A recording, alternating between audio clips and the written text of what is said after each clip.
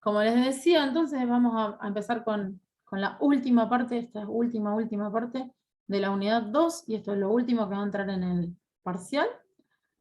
Vamos a ver comercio exterior y sector externo hoy, ¿sí? Vieron que veníamos viendo los sectores. Este es el último sector externo, ¿sí? Yo voy a empezar hablando un poquito de, perdón, de comercio exterior, a los fines de ubicarlos un poco sobre la temática específica, y después vamos a abrir las filminas y vamos a ver algunas cuestiones más concretas que van a encontrar en Rosenberg y en Castro y Leza. Si ya lo están leyendo, tal vez ya avanzaron sobre este tema, ¿sí?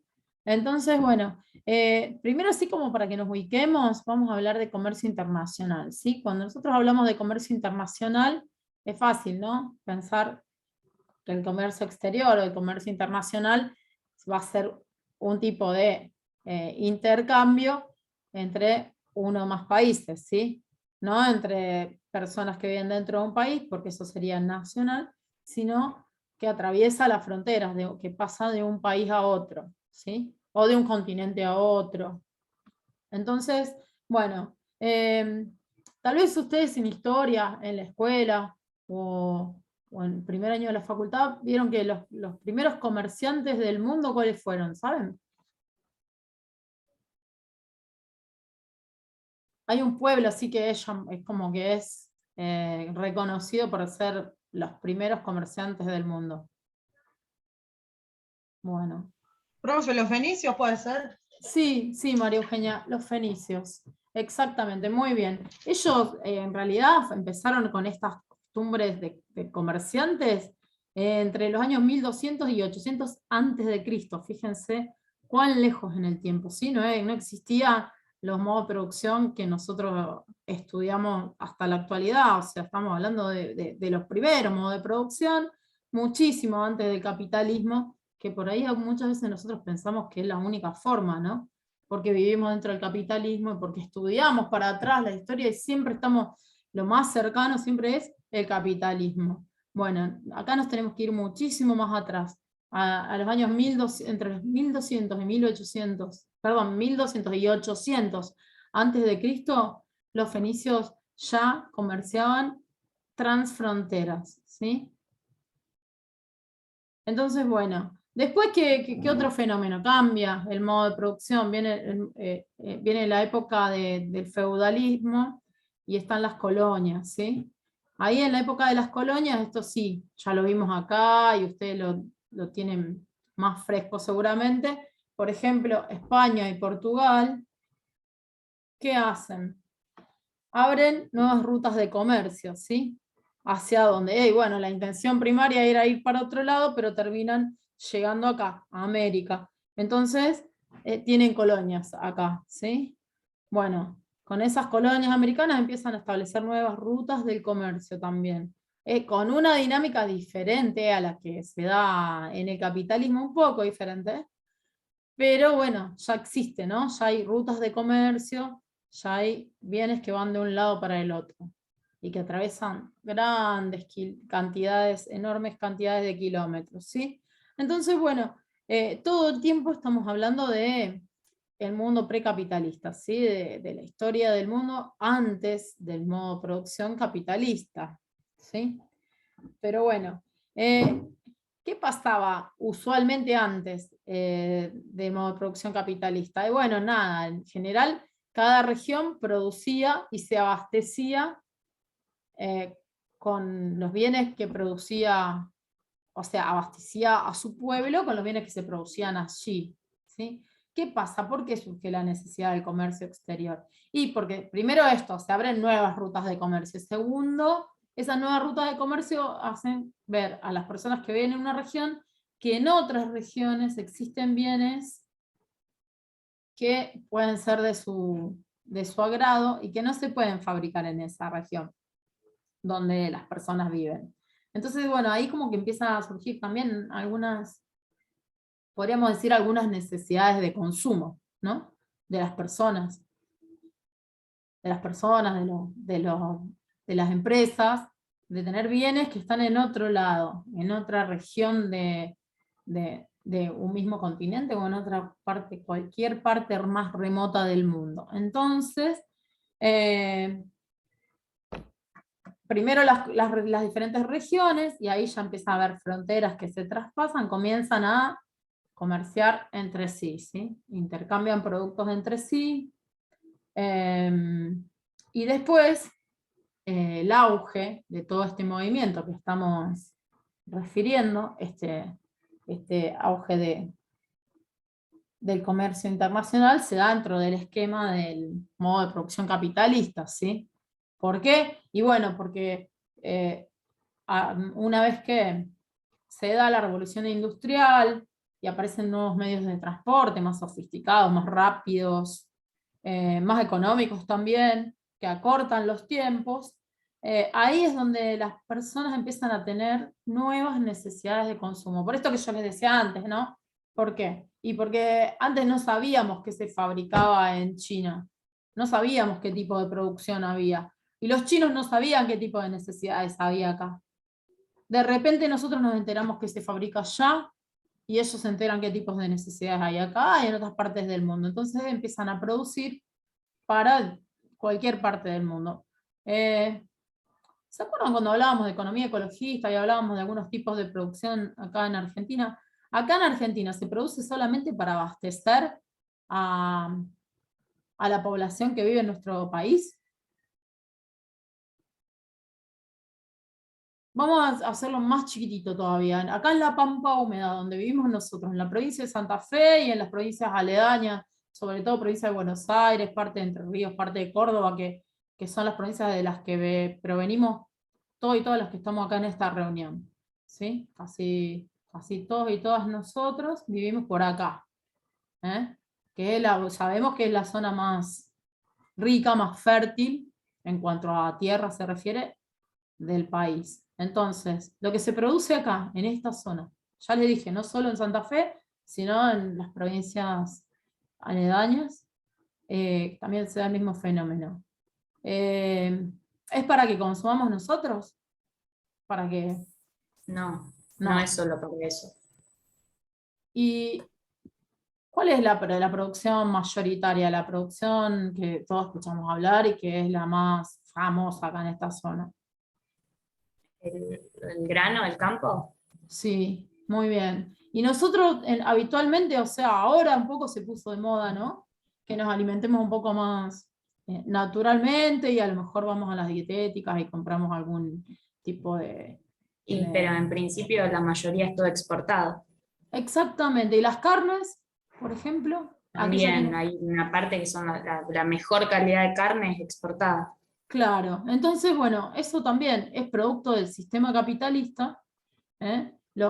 Como dijo Agustina, las mejores carnes y todos los productos oleaginosos todo en un, no sé, 80% de la producción de esta zona, que es la más rica de nuestro país, no está destinada a la alimentación de los habitantes de la Argentina toda, podríamos decir, no solamente circunscribirnos a los habitantes de esta zona, sino que con la producción que se logra en esta zona, se podría alimentar a toda la Argentina y después exportar, ¿no?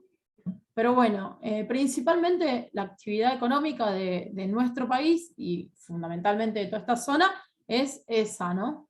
Entonces, fíjense, nosotros en la época, hablábamos hace un ratito de la época de las colonias, ¿no? En aquella época, ¿qué pasa? Bueno, los países más avanzados empiezan a ver que en los países más alejados, más pobres, y qué sé yo, hay riqueza en realidad. Y bueno, ya lo habíamos estudiado cuando vimos David Ricardo, ¿no? Cuando Ricardo decía, bueno, hay que salir a producir a otros lugares porque acá ya no alcanza, y hay otros lugares por fuera del límite de este país que nos van a permitir abaratar costos de producción y salariales también, y a la vez vamos a tener, por ejemplo, en el caso de este tipo de producción que estábamos hablando hoy, mejores rendimientos, ¿sí? Bueno, entonces así lo planteaba él en aquella época y actualmente sigue pasando, porque lo estamos hablando como algo que pasa en el presente, si bien hay producción industrial local, si hablamos de Argentina, incluso de Estados Unidos o de Canadá, vemos que son países que son productores de materias primas, ¿sí?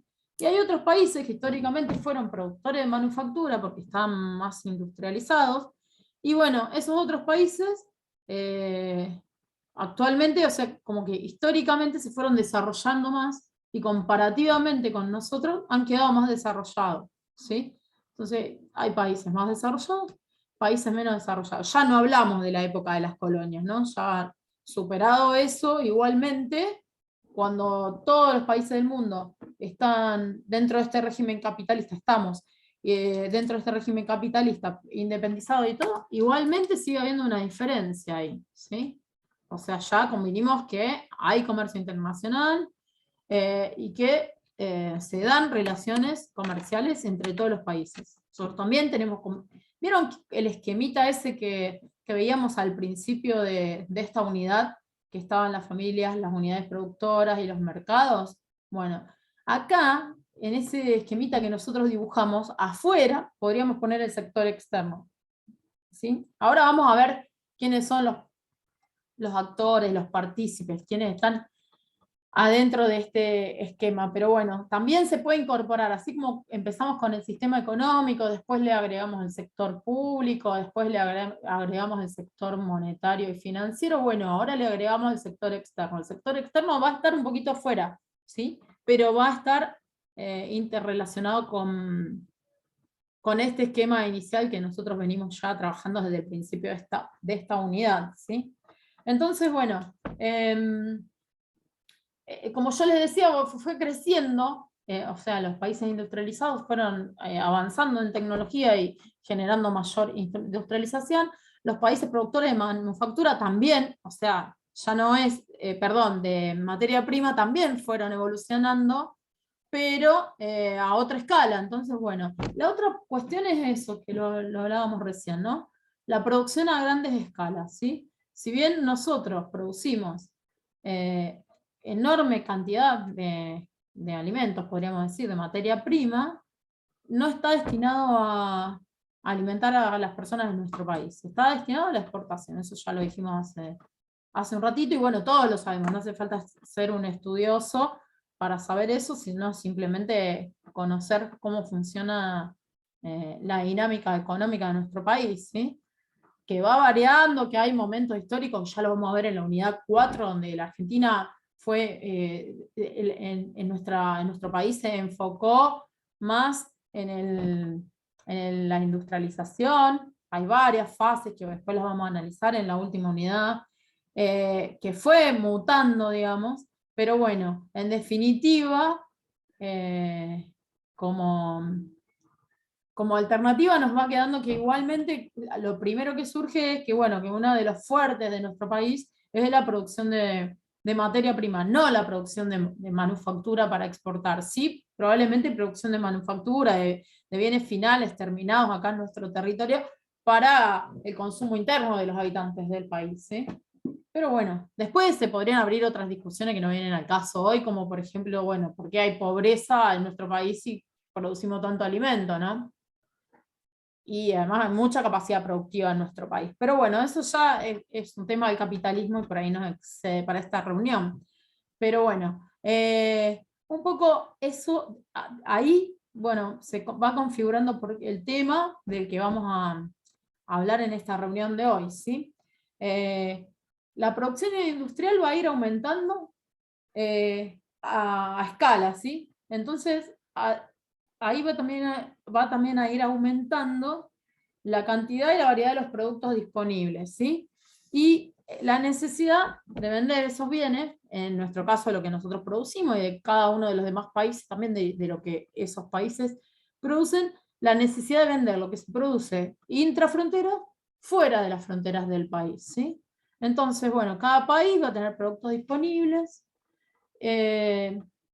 ¿y qué va a hacer? Ya no van a estar directamente relacionados con los recursos naturales, sino que también lo que se va a tener en cuenta, esto que yo les explicaba recién, que lo vamos a ver en detalle en Argentina en la última unidad, pero bueno, se va a tener en cuenta los recursos naturales y también el desarrollo industrial y la rentabilidad que produce, ¿sí? Cada país.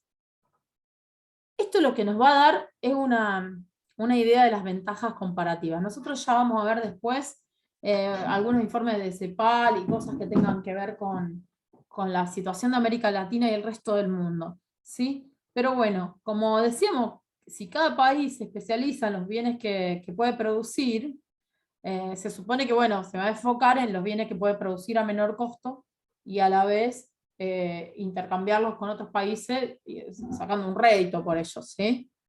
Bueno, en eso consiste un poco las ventajas comparativas, ¿sí? También un poco la idea dentro del esquema capitalista es diversificar el consumo, ¿sí? Porque, bueno, ¿qué pretende el capitalismo? Que todos tengamos la necesidad de consumir, entonces diversificar el consumo implica eso, decir, bueno, no, lo que no tenemos acá lo podemos tener igual, lo conseguimos, lo traemos de otro lado, ¿sí? Lo vamos a buscar para allá. Y bueno, y un poco lo más triste, más lamentable de esto es que las desigualdades que analizábamos hace un ratito, que ocurrían otra hora, se fueron como sosteniendo en el tiempo, salvo excepciones, y bueno, fueron como que hay mucha evolución en cada uno de los países, pero bueno, fue sucediendo esto de este modo. Entonces, bueno, también existe el tema de las asociaciones de economías regionales, ¿sí? Eso también lo vamos a ver más adelante, unidad 3, unidad 4. Pero es importante, o sea, por ahí países que tienen, que son limítrofes, hacen asociaciones y empiezan como a producir determinada, empiezan a asociarse para producir en determinada rama, para poder producir a mayor escala y después poder exportar eso que producen a otras partes más alejadas del mundo, ¿sí? En general, cuando hablamos de importadores y exportadores, nos referimos a empresas, ¿sí? Y bueno, y ahí ya empieza a haber otro desgranamiento, ¿no? Porque vamos a tener empresas, por ejemplo, que operan, producen y comercian en nuestro país, pero no son locales, ¿sí? Sino que tienen filiales acá. Por ejemplo, díganme una empresa que conozcan que hace eso, que hay sucursales en nuestro país, pero que no es local. Una, varias, las que se le ocurran. Coca-Cola. Sí. Claro. Sí. Coca-Cola es el gran ejemplo. ¿Qué otra? Bueno, Coca-Cola a nivel mundial es como McDonald's. McDonald's. Nike, Adidas. Claro, todas esas. Entonces, ¿qué hacen? Establecen filiales en los distintos países de todo el mundo y operan desde cada uno de los países. Eso se llama comercio de intrafirma, ¿sí? Pero como dijimos, son empresas que importan o que exportan. Ese comercio de intrafirma que hacen los particulares, como Coca-Cola, que es un particular, no es ningún estado, y puede tener su sede principal en un estado, pero también a la vez está en todos los estados, o en la mayoría de los estados del mundo, en este sistema capitalista. ¿Qué pasa? Se puede instalar donde quiere, cuando quiere, no. Va a tener que aparecer un actor muy importante, que ¿quién es?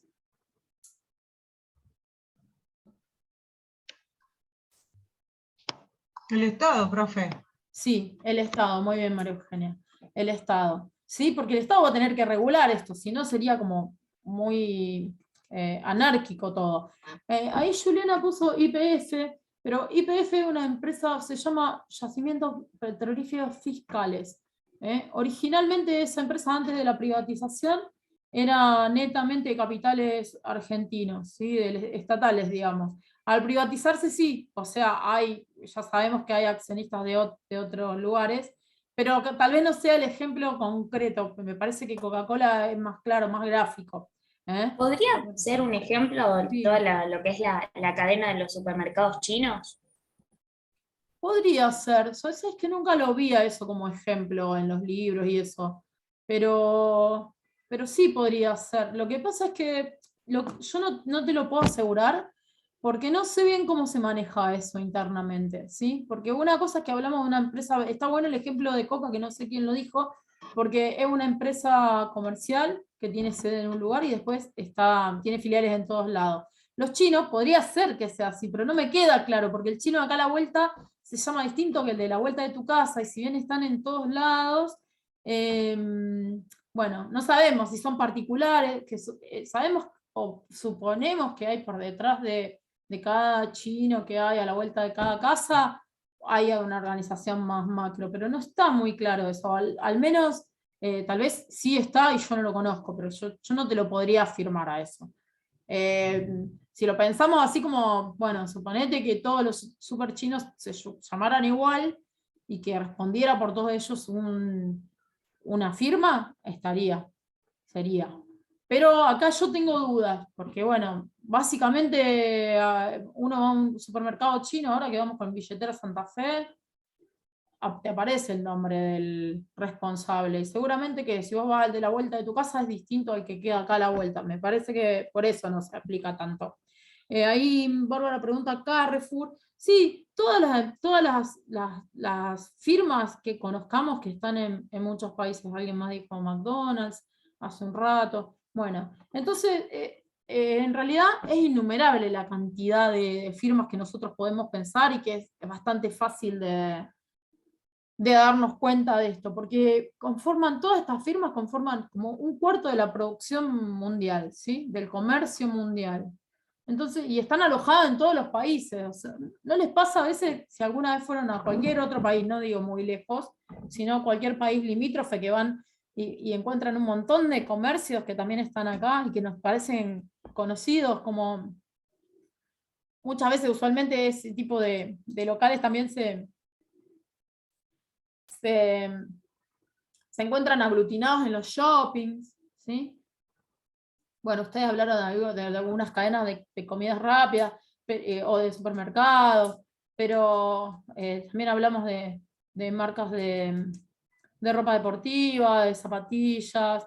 Bueno, entonces sí, claramente esto es una de las características del capitalismo. Después también en la unidad 3 vamos a ver algunas cuestiones que analizan algunos autores para hablar de esto, de las cadenas globales de producción, y anteriormente de lo que hablaba Lenin como el capitalismo, que él refiere que el capitalismo es la etapa superior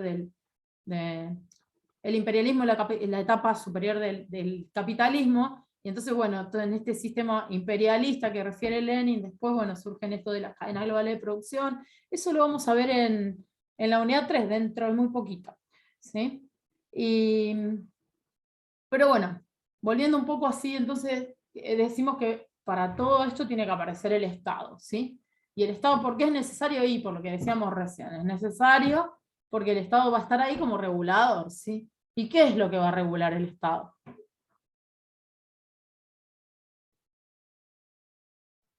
La actividad, profe, justamente. ¿De qué? De la empresa que quiera sentar una filial en un país determinado. Lo va a Claro, grabar con política tributaria, con a lo mejor exigencias ecológicas, como pasó con Fraiventos, por ejemplo, se me ocurre. claro, muy bien. O sea, el Estado lo que va a tener que hacer justamente es tener en cuenta todas esas cuestiones que decía María Eugenia, ¿sí? Como para decir, bueno, sí, esta firma se instala acá, ¿cuáles son las reglas? Bueno, ahora vamos a exportar o vamos a importar tales o cuales cosas, y bueno, todo lo que tiene que ver con las políticas económicas que vaya definiendo el Estado dentro de cada momento histórico de nuestro país, ¿sí? Pero bueno, o sea, primero va a tener que ver qué comercian estas firmas, y después, siempre que va a tener en cuenta también el Estado, y va a tener que promover la industria nacional, por ejemplo. Entonces, ¿qué va a hacer? Y por momentos va a restringir o por momentos va a promover el ingreso de ciertos productos, siempre teniendo en cuenta el beneficio de la industria nacional, ¿sí? porque además el beneficio de la industria nacional va a permitir que la industria nacional crezca. O sea, si nosotros recibimos todo el tiempo productos de afuera y no hay ningún tipo de control, tampoco se va a desarrollar nunca la industria local, digamos. Pero bueno, eso también lo vamos a ver en detalle cuando analicemos cuestiones relacionadas con la unidad 3 y sobre todo en Argentina cuando veamos la unidad 4. ¿Sí? Entonces ahora yo voy a ir a abrir una filmina para que ustedes puedan ver lo que les traje para hoy. Esto era una mera introducción nomás. Vamos a ver si les puedo dejar también algún videito que encuentre por ahí en Canal Encuentro, si les interesa. ¿Les coparía eso? Pero no para Sí, verlo profe. acá. No para verlo acá, sino un poco para... Está bueno. Son Bueno, explicativos esos siempre. sí. Está bueno. Sí, Eso- profe, además son llevaderos, así que... No tengo los mismos exactamente iguales a los que ustedes vieron en la unidad 1, pero estuve tratando de buscar porque venían pidiendo bastante esto. Alguna otra serie vieron que al principio veíamos Conociendo el Capital, ahora yo quería, pero no una serie de Netflix, una serie de capítulos de explicación de la economía de ahí mismo de Canal Encuentro, para que ustedes puedan ver, probablemente van a encontrar en algunos videos que yo les pueda dejar relacionados con esta clase, cuestiones que charlamos recién. Yo todavía estoy viendo lo que hay para poder compartirles a ustedes. Me puse a buscar, porque básicamente en años anteriores no había compartido videos en esta unidad, y me pareció interesante bueno, que ustedes lo estaban pidiendo, conseguirles. Así que les prometo que en estos días voy a elegir, estoy viendo las alternativas que hay. Creo que les voy a dejar algunos de encuentro que vi por ahí. Ahora los que me falten para ilustrar sobre todo la unidad 2, y a lo mejor hago una publicacioncita ahí de videos. Déjenme que termino de ver. También para estos días, por ahí, qué sé yo, ustedes están repasando algún tema y bueno, si quieren poner a ver un videíto, es más divertido, más ameno. Ahora sí, vamos a compartir pantalla y vamos a ver en detalle el sector que nos convocaba. Hicimos toda esta introducción, ¿sí? Ustedes por ahí cuando vean las fichas no... Por eso les voy a dejar videos. Cuando vean las fichas por ahí no van a encontrar lo que charlamos recién, ¿sí? Porque esto se supone que ustedes más o menos ya lo manejan. Pero ahí en Castro y Leza, en el capítulo 4, y en Rosenberg, en el capítulo 5, van a ver todo lo relacionado con este nuevo sector que estamos viendo en la clase de hoy, ¿sí? El sector externo. Entonces, cuando hablemos de sector externo, vamos a estar hablando, bueno, ya lo hablábamos al principio de esta reunión, ¿no?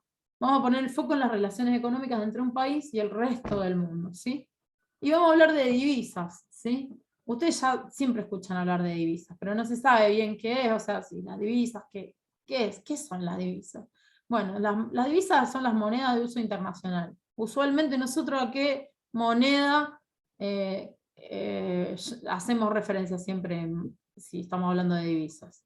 El dólar. Al dólar. Muy bien, sí. Entonces, bueno, acá en este punto vamos a estar hablando de dólares cuando hablemos de monedas, ¿sí? Porque para el comercio internacional no van a servir nuestros pesos, ¿sí?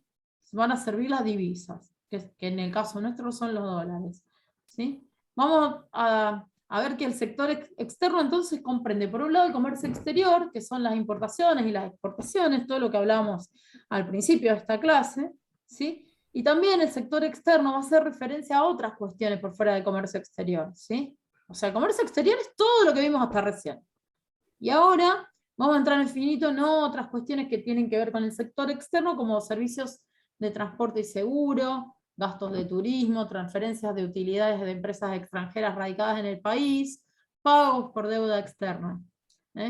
Este punto que dice acá, transferencias de utilidades de empresas extranjeras radicadas en el país, es cuando una empresa extranjera, de las que hablábamos hoy más temprano,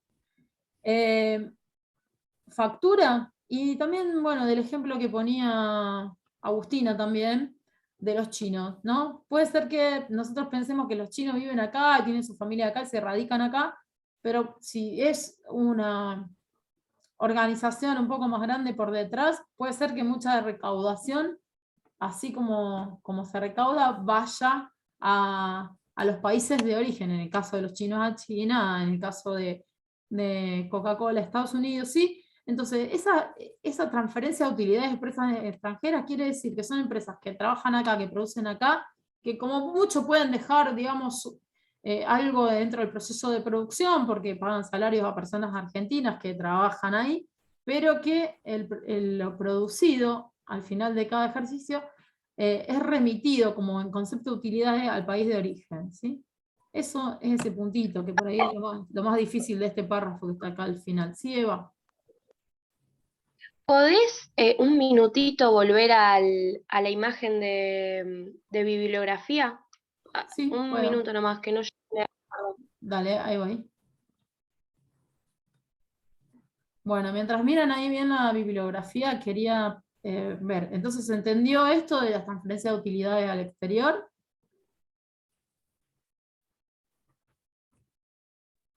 Sí, profe, gracias. Bien. De nada. Igualmente, o sea, yo en el Classroom no les voy dejando nuevamente cada vez las fichas porque estas se las dejé en su momento y son las mismas. ¿Eh? Lo que vamos haciendo es en cada encuentro analizar partecitas de esas fichas que ustedes tienen ahí. Creo que eso ya... Yo quería ver si voy viendo todas las clases y las tengo impresas, Claro, porque imprimí de todas al principio. Así que claro, bueno, gracias. de nada.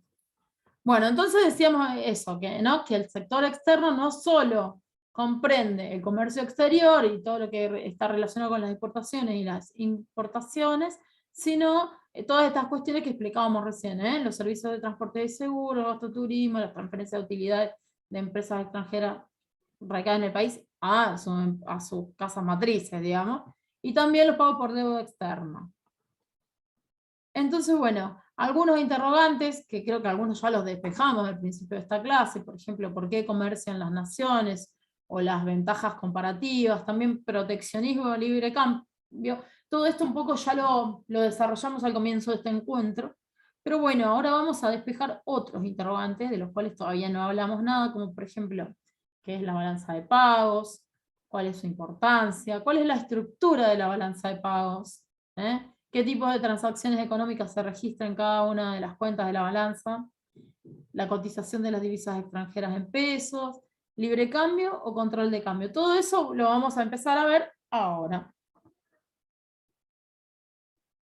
Entonces, bueno, esto, ¿se acuerdan cuando vimos cuentas nacionales?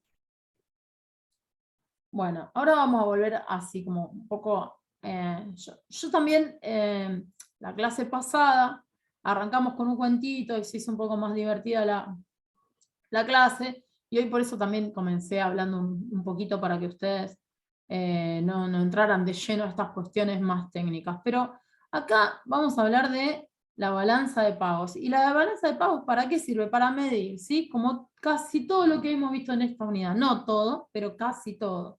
¿Sí? Porque, ¿qué pasa? Cuando nosotros hablamos de balanza de pagos, vamos a estar hablando de un estado estadístico que resume sistemáticamente las transacciones económicas entre residentes y no residentes, ¿sí? O sea, las transacciones económicas, ahora vamos a ver, ¿sí? ¿A qué se le llama residente o no residente?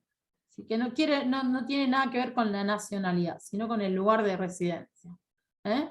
Esas transacciones económicas que se dan entre residentes y no residentes se van a desagregar en reservas internacionales, cuenta corriente, capital y financiera. También vamos a ver eso en detalle, ¿sí? La cuenta corriente refleja como el concepto de ahorro externo, o sea, el endeudamiento neto de una economía con respecto al resto del mundo, ¿sí?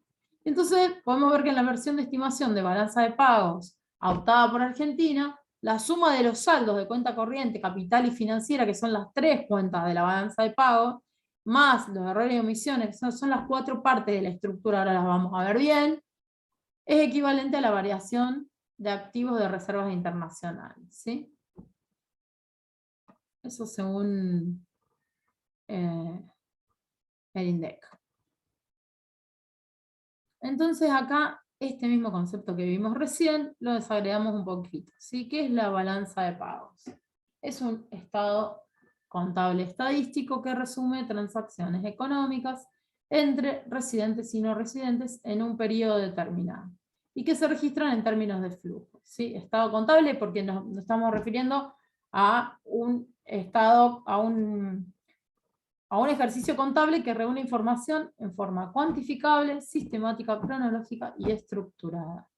Cuando hablamos de transacciones económicas nos referimos a transacciones de índole comercial, a inversiones, a transacciones financieras, a transacciones productivas, por ejemplo, ¿sí?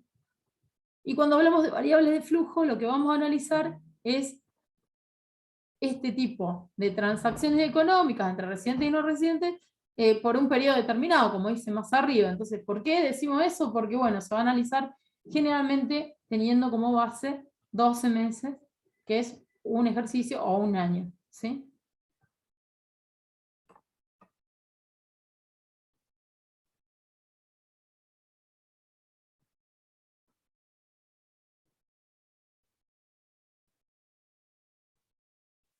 Bueno, me fui para arriba, me fui para abajo, acá. Entonces decíamos que también íbamos a ver esto, la característica de una persona física o jurídica que se llama residente, ¿sí? Un residente es aquella persona física o jurídica cuyo centro de interés económico o actividad principal se encuentra dentro de la frontera. Por eso yo les decía recién que no tiene en cuenta la nacionalidad de las personas. ¿Se acuerdan que hace un rato hablábamos de los chinos? Bueno, en realidad lo que importa para esta calificación, vieron que siempre tenemos que ver desde qué punto de vista estamos parados. Si estamos hablando de residente, nos vamos a referir a cualquier tipo de persona física, por un lado, o jurídica, que trabaje, que desarrolle su actividad económica principal dentro de las fronteras de nuestro país, ¿sí? Y bueno, después acá hay unas aclaraciones. Son personas físicas, por lo menos, deben permanecer en nuestro país por un año o más, ¿sí? Y si son personas jurídicas, cuando producen bienes o prestan servicios dentro de las fronteras de nuestro país en cantidades significativas, deben mantener un establecimiento productivo por un año o más también, ¿sí? Alguien que justo vino y puso un microemprendimiento por un tiempo y se fue, no entraría como residente, si viene de otro país. Entran como residentes quienes desarrollen actividades económicas por más de un año, o sea, mínimo un año, dice. Entonces, bueno, en este dibujito está la Argentina, las transacciones económicas, que dijimos que siempre se van a hacer en divisas, y que estas divisas son moneda extranjera, y bueno, y alguien aclaró por ahí que la moneda extranjera o la divisa por antonomasia en las transacciones económicas en nuestro país con el resto del mundo es el dólar, ¿sí?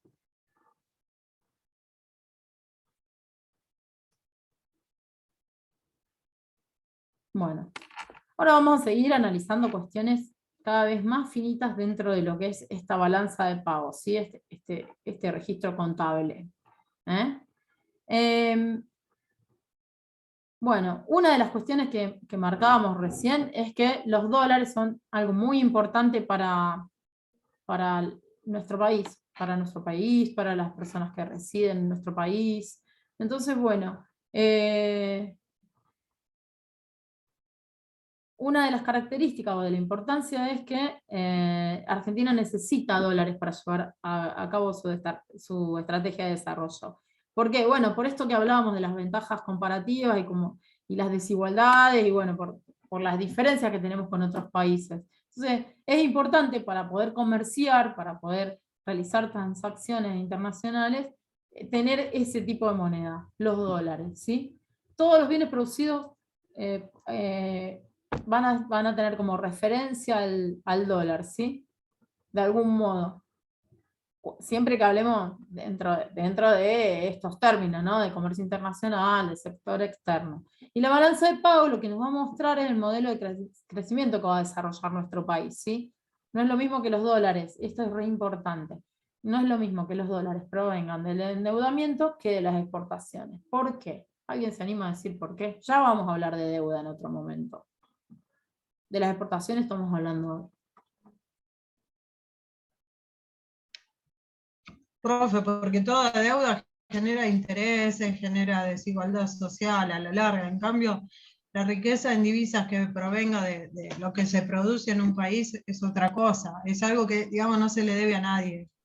Claro. Una cosa es los dólares que recibimos como por intercambio por los bienes que nosotros producimos y exportamos, que sería como algo genuino, y otra cosa es los dólares que vienen a nuestro país, pero por un pedido a un organismo internacional como podría ser el Fondo Monetario Internacional, u otros pedidos que ustedes conocen, que ya, bueno, los vamos a analizar cuando veamos deuda externa. Pero claro, como bien decía María Eugenia, si nosotros asumimos una deuda, ustedes saben lo que pasó hace poco con el tema de la deuda, con el tema del pago de la deuda, y eso pasó hace poco, y saben, chicos, pasa siempre. Es histórico en nuestro país. Entonces, es como bueno, sí, claro, es un ingreso de divisas. Eso no lo va a discutir nadie. Hay ingresos, si vienen por un préstamo que se realiza ante un organismo internacional, o vienen por como pago de los bienes producidos acá que nosotros exportamos, van a ser divisas igual. Y como nosotros necesitamos divisas, del modo que sea, las vamos a utilizar. Ahora, claro, ¿cuál es la desventaja? Lo que planteaba María Eugenia, ¿no? Si vienen en forma de préstamo, después, en definitiva, nos va a tener un costo, y en general ese costo es muy alto para el país, y no se paga en el momento, se paga en diferido. Sí, María Eugenia. Y profe, también condiciona el desarrollo al final y estamos siempre en una condición de que se pierde siempre. Claro, y que además esto no solo le pasa a Argentina, sino a un montón de países que están igual o en peores condiciones económicas que nosotros, ¿sí? Muy bien. Bueno, entonces, como decíamos, todos los bienes producidos que poseen al dólar como insumo, de alguna forma, de forma directa o indirecta. La balanza de pagos nos va a mostrar entonces el modelo de crecimiento que desarrolla nuestro país, y ahí estábamos en esta disyuntiva, ¿no? Si esos dólares provienen de un pedido de préstamo a un organismo internacional o de exportaciones genuinas, ¿qué hacemos? Al ser Argentina un país dependiente, los sectores que provean dólares se transformarán en quienes lideren la acumulación de capitales, ¿sí? Ya sea el sistema financiero internacional a través de préstamos internacionales o unos pocos exportadores. Bueno, eso también, cuando veamos en la unidad 4, siempre vamos a ver que hay sectores beneficiados y sectores perjudicados cuando se establecen tal o cual tipo de políticas económicas, ¿sí? Pero bueno, ahora vamos a seguir avanzando con balanza de pagos. Yo les decía que la balanza de pagos tiene una estructura, ¿sí? Acá la resumí y después la vamos a ir viendo en detalle. La balanza de pagos se compone de la cuenta corriente, la cuenta de capital, la cuenta financiera. Esta cuenta financiera va a incluir la variación de reservas internacionales, y después un cuarto ítem que va a contemplar errores y omisiones, ¿sí?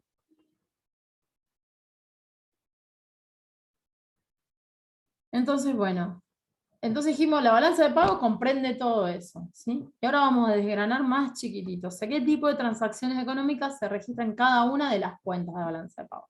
Tenemos la balanza de pago y por debajo cada una de las cuentas.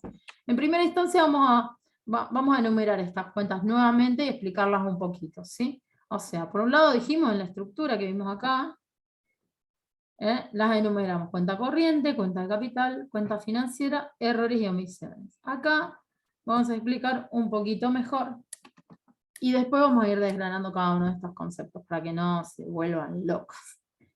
Tenemos la cuenta corriente, que registra el comercio de bienes y servicios, o sea, la balanza comercial. También los flujos de ingresos primarios, las rentas, y los ingresos secundarios, las transferencias corrientes. Ahora después lo vamos a ver más en detalle aún. Esto es siempre entre residentes y no residentes, ¿sí? O sea, no iría un caso de transferencia entre dos empresas de nuestro país. No, siempre tiene que estar el ingrediente de que haya un residente y un no residente, ¿sí? Después está la cuenta de capital, que va a registrar las transferencias de capital y la adquisición y disposición de activos no financieros no producidos entre residentes y no residentes. Después está la cuenta financiera, que va a registrar las transacciones relativas a los activos financieros y pasivos que tienen lugar entre residentes y no residentes. Entre ellos se encuentra, esta última, la variación de reservas internacionales. Y finalmente vamos a tener un concepto de errores y omisiones que justamente nos va a servir para eso, para registrar los errores o las omisiones, ¿sí? Recuerden siempre que estamos hablando de registros contables. Entonces, bueno, como ya les decía, íbamos a ir viendo cada una en detalle. Tenemos la primera cuenta, que es la cuenta corriente. Dijimos que en la cuenta corriente van a estar comprendidas todas las transacciones de bienes, servicios, rentas y transferencias corrientes que realizan, ¿quiénes? Los residentes con los no residentes, ¿sí? Entonces, vamos a ver 3 categorías acá adentro, ¿sí? Y dijimos, bienes y servicios, rentas, transferencias corrientes. Los bienes y servicios, en primera instancia, vamos a referirnos a importaciones e exportaciones de esos bienes y servicios, ¿sí? Recuerdan que nosotros cuando veíamos la ecuación macroeconómica fundamental, representábamos a las exportaciones con una X y a las importaciones con una letra M, ¿sí? Entonces, por un lado tenemos los bienes, que son las mercancías, por el otro lado tenemos los servicios. ¿Cuáles pueden ser los servicios dentro de esta cuenta? Pueden ser pagos y cobros producidos por transportes, por ejemplo, fletes y pasajes.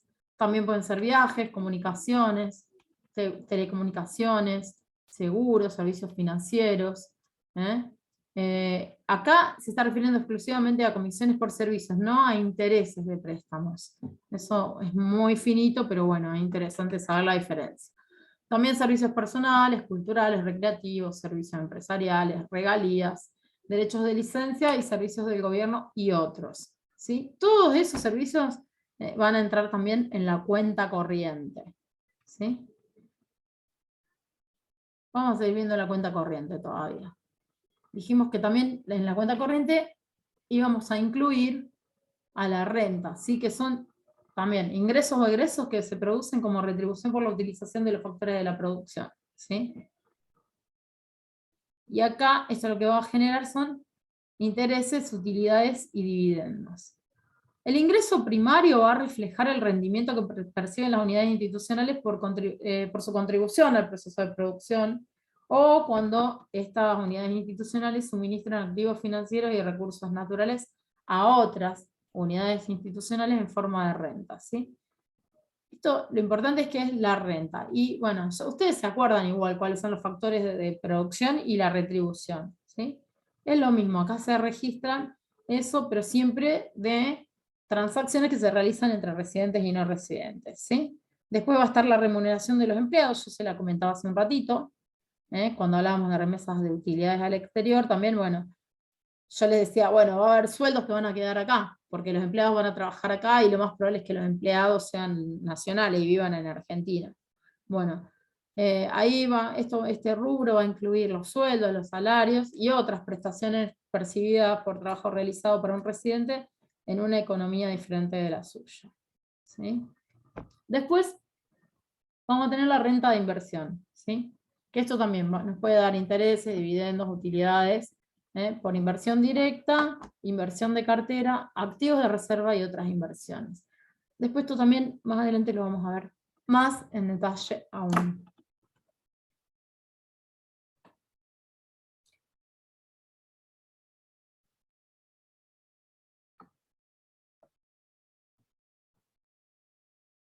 Y bueno, por último, dentro de la cuenta corriente, decíamos que tenemos las transferencias corrientes, ¿sí? Que, como ustedes ya saben, a esta altura, de tanto que lo repetimos, son transferencias que se van a realizar entre ¿quiénes?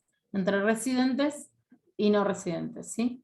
Estas transferencias corrientes van a contemplar el suministro de un bien, servicio o un activo financiero por parte de una unidad institucional a otra, sin obtener a cambio un artículo de valor económico, ¿sí? Por eso se separan de las primeras. Son transferencias, pero no se obtiene a cambio un valor económico. Entonces solo se van a registrar ingresos o egresos sin contrapartida, tanto de bienes como de dinero, porque no es que va a haber plata y entonces yo voy a tener que que decir, bueno, ingresó esta plata porque salió este bien, o salió este bien e ingresó este dinero. Siempre piénsenlo como un asiento, como un registro contable. Bueno, acá se van a registrar los ingresos y los egresos, pero sin contrapartida de bienes o de dinero. Bueno, el saldo de los movimientos de la cuenta corriente se va a denominar ahorro, desahorro externo neto, ¿sí? Es decir, lo que va a reflejar es el endeudamiento por un lado, o el crédito por el otro, en una economía con respecto al resto del mundo.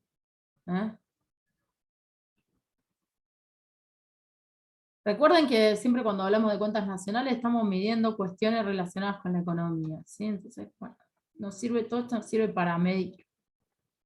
Después, entonces, volvemos a la estructura inicial. ¿A dónde estaba? A ver. Acá, fíjense. Teníamos cuenta corriente, que recién la terminamos de ver en las filminas. Y ahora vamos a pasar a la cuenta de capital, la número 2.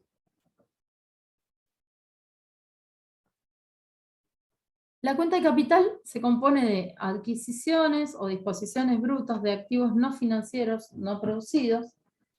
Esto quiere decir que va a comprender la compraventa de tierras por parte de embajadas, por ejemplo, o la compraventa de los derechos de propiedad de concesiones y marcas registradas, contratos, licencias y fondos de comercio, ¿sí? Esto tiene que ver con activos no financieros, ¿sí? Porque una tierra que compre una embajada no va a generar renta, por ejemplo. Y después, en esta cuenta de capital también se va a incluir el concepto de transferencias de capital. Las transferencias de capital son transferencias en las que se va a traspasar la propiedad de un activo de una parte a otra, ¿sí? O sea, hay un traspaso de propiedad de un activo de una parte a otra. Y el acreedor va a condonar una obligación, ¿sí? Se van a presentar por separado las transacciones del gobierno, por un lado, de las correspondientes a sociedades financieras y no financieras. También van a estar separados los hogares y las instituciones sin fines de lucro, ¿sí?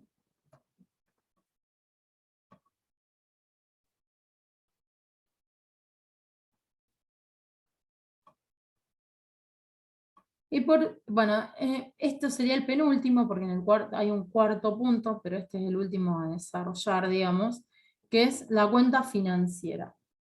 Dentro de la estructura, el punto 3. ¿Sí? Esta cuenta está compuesta por la inversión directa, que va a reflejar el objetivo de una empresa residente en una economía. El objetivo, ¿cuál va a ser? Establecer un interés duradero en una empresa residente en otra economía. ¿Sí? Ese interés duradero supone la existencia de una relación a largo plazo entre el que invierte, el inversor directo, y la empresa de inversión directa, o sea, quien recibe la inversión. Y también va a tener en cuenta, digamos, la influencia del inversionista cuando se tomen decisiones dentro de esa empresa. Eso es re importante. Pueden ser participaciones de capital y fondos de inversión, o también pueden ser instrumentos de deuda. Eso es la inversión directa, ¿sí? En que quien invierte un poco se convierte en partícipe de eso. Después está la inversión de cartera, que son transacciones que trascienden las fronteras y que implican títulos de deuda o de participación en el capital, ¿sí? Distintos de los incluidos en el punto anterior, en la inversión directa. Después tenemos otra inversión, como puede ser monedas o depósitos en el exterior. Esto es bastante grave. Lo vamos a ver más adelante también aplicado a la República Argentina en algunos gobiernos, que es cuando se produce lo que se llama fuga de capitales, ¿sí? O sea, personas que tienen divisas y que las depositan en otro país y no vuelven acá. Esos son otro tipo de inversiones. Y después están los activos de reserva, que venimos preanunciando hace un rato, que se definen como activos externos, que están disponibles de inmediato, son reserva, pero así como lo dice la palabra, al ser una reserva, si se les necesitan, están disponibles de inmediato, ¿sí? Y están bajo el control de las autoridades monetarias, que son quienes van a satisfacer las necesidades de financiamiento de la balanza de pagos, ¿sí? Me agarró todo. Bueno, y entonces acá, ¿qué pasaba? En este caso es una herramienta que tienen para intervenir en los mercados cambiarios e influir sobre un tipo de cambio, por ejemplo. Estos activos de reserva están netamente relacionados con, con la política cambiaria.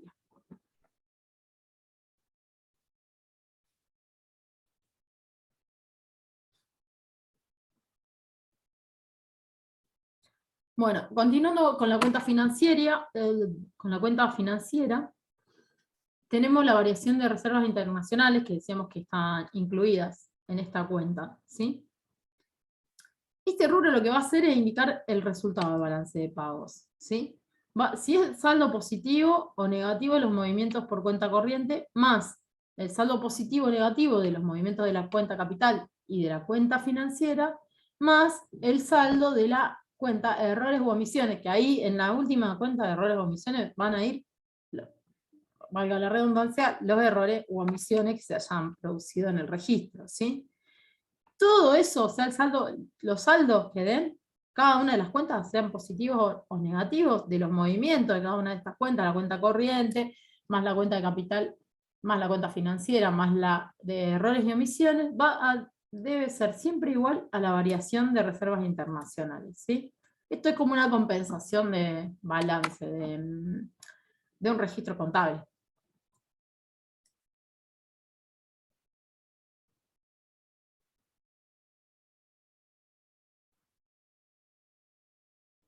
Y entonces, finalmente, pusimos este cuadrito para que lo vean. ¿Sí? Esto que yo les explicaba recién, está traducido acá. ¿Sí? Tenemos el resultado de la cuenta corriente, por un lado, que sería el saldo del intercambio de bienes y servicios, ingresos o egresos por rentas, ingresos o egresos por transferencias corrientes. ¿Sí? Esta cuenta que se compone de eso, bueno, al realizarse el registro final y establecer el saldo, se pondría acá en esta primer fase, ¿no? Resultado de la cuenta corriente. Después el resultado, como decíamos recién, puede ser saldo positivo o negativo, más el resultado de la cuenta capital, que son las operaciones de adquisición y disposición de activos no financieros no producidos. Acá también puede ser positivo o negativo. Se va a sumar eso. Y eso va a dar como resultado el resultado de la cuenta financiera, que es la adquisición y disposición neta de activos financieros y pasivos. Y va a comprender todos esos ítems que veíamos recién. La inversión directa, la inversión de cartera, acá está mal escrito, pero es de cartera. Los instrumentos financieros derivados, otra inversión y activos de reserva. ¿Sí? Bueno. No tuve un cuento para terminar no se me ocurrió un cuentito para terminar esta clase, podría haber inventado un cuento para el principio y un cuento para el final, pero sí, más o menos con esto llegamos al final de esta exposición, así que voy a dejar de compartir pantalla. Ahí estamos. Y bueno, y con esto estaríamos dando por cerrado el sector externo, y bueno, lo que hablamos al principio de la reunión de hoy, que era el comercio exterior. Vamos a dejar de grabar acá.